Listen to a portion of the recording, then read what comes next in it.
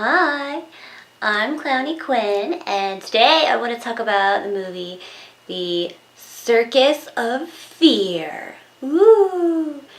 And I have to say, this cover is extremely misleading. Like, it looks all cool. It's got Christopher Lee on the front, and he's got a gun, and there's an elephant and a horse and a clown, and it looks very cool and circusy, and I was really excited to watch this one. I mean, I didn't hate it. I didn't hate this movie, but I guess I'll just talk about it, and you can decide for yourself, or see the movie yourself.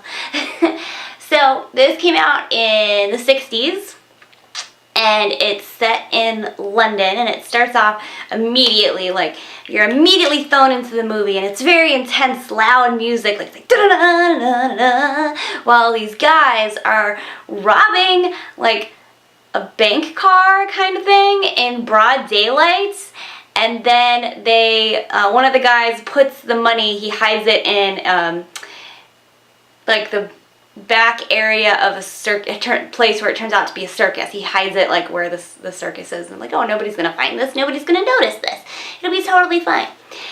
And so that happens. That's the beginning of the movie, and the whole rest of the movie is the like cops trying to investigate, trying to figure out where the where the robbers went, because they did kill some people on their way. Like, that's bad, don't kill people. And so they're trying to figure out who did it, and so the whole movie is like who done it, who's doing it. But it got a little confusing, and I'm watching, and while all this, you're kind of being introduced to some of like the other circus performer characters. Like, there's a couple, like, that's a knife throwing act where the guy like is the knife thrower, and he throws it at his fiance, who she's on this rotating piece of wood, and it's like, oh, is he gonna hit her, is it not? And their interaction is really exciting, kind of tension, because apparently she's been cheating on him this whole time, and he knows about it, and he's angry, so it's like, is he gonna stab her with the knives, is he not? Oh no. But then there's also, like, there's a scene with her and someone, like, you don't see the someone. It's kind of POV for a little bit, but it's sloppy POV.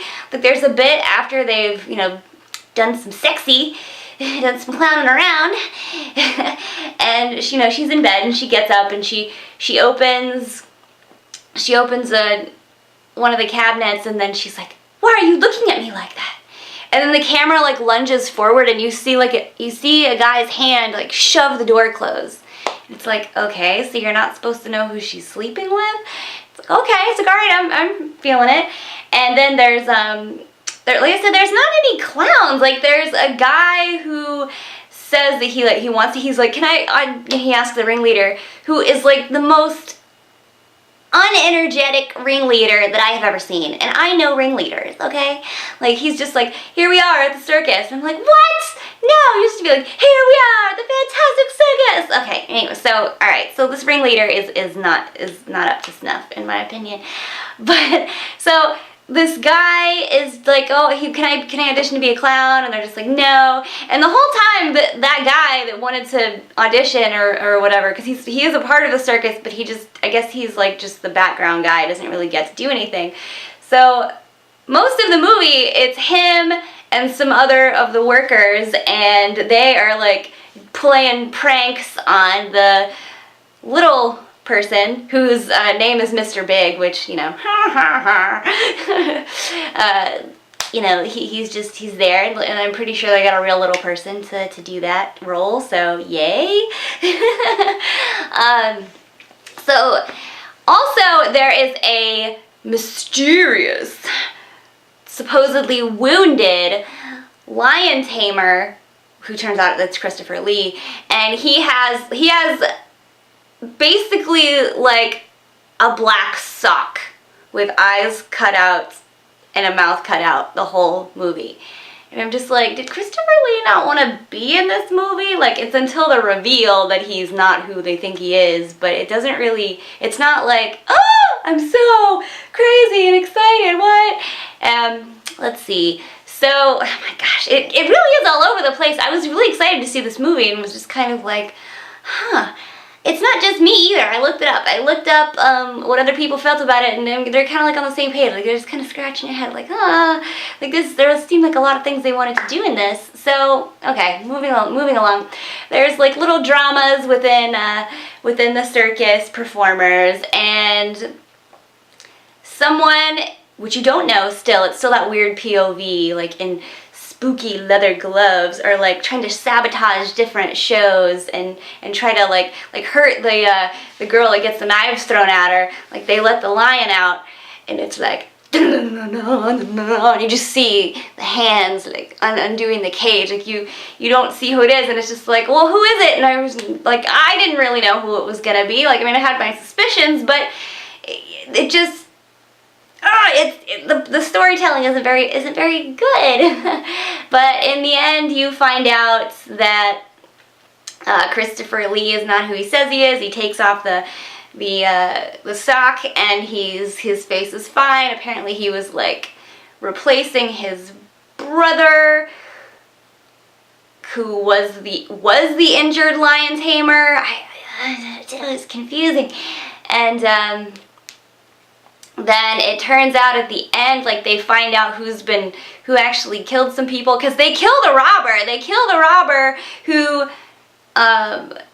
was getting, oh, that's right. Okay, so I guess maybe this wasn't totally false advertising, because Christopher Lee's character is the one that finds the money that the robbers from the beginning put in the, like, hid in their circus, and he just wants to take the money. He wants to take him and his daughter, his daughter is the girl who gets the knives thrown at her.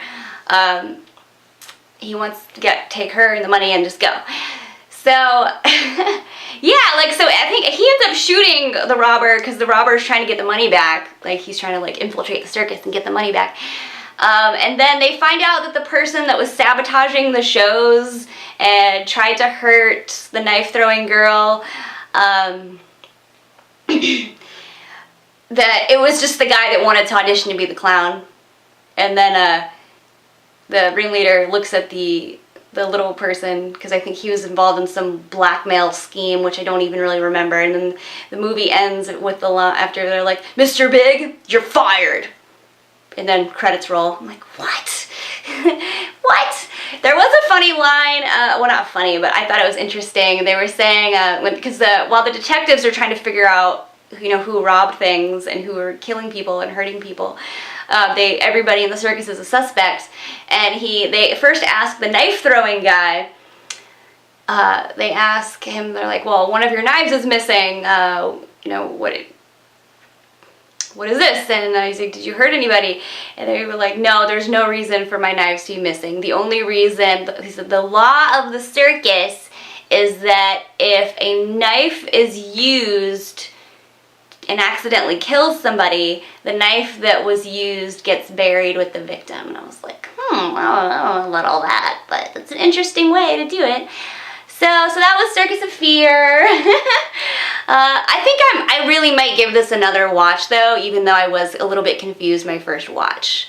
I think it definitely probably needs 2 watches at least to get an idea, because at first you're just like, what is going on? So, I'd watch it again with friends, just, maybe have some background noise on there. So, what did you think of it? Did you like it? Did you hate it?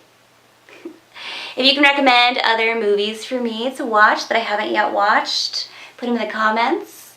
Also, please like and subscribe, and I'm going to make more silly stuff coming your way. Bye!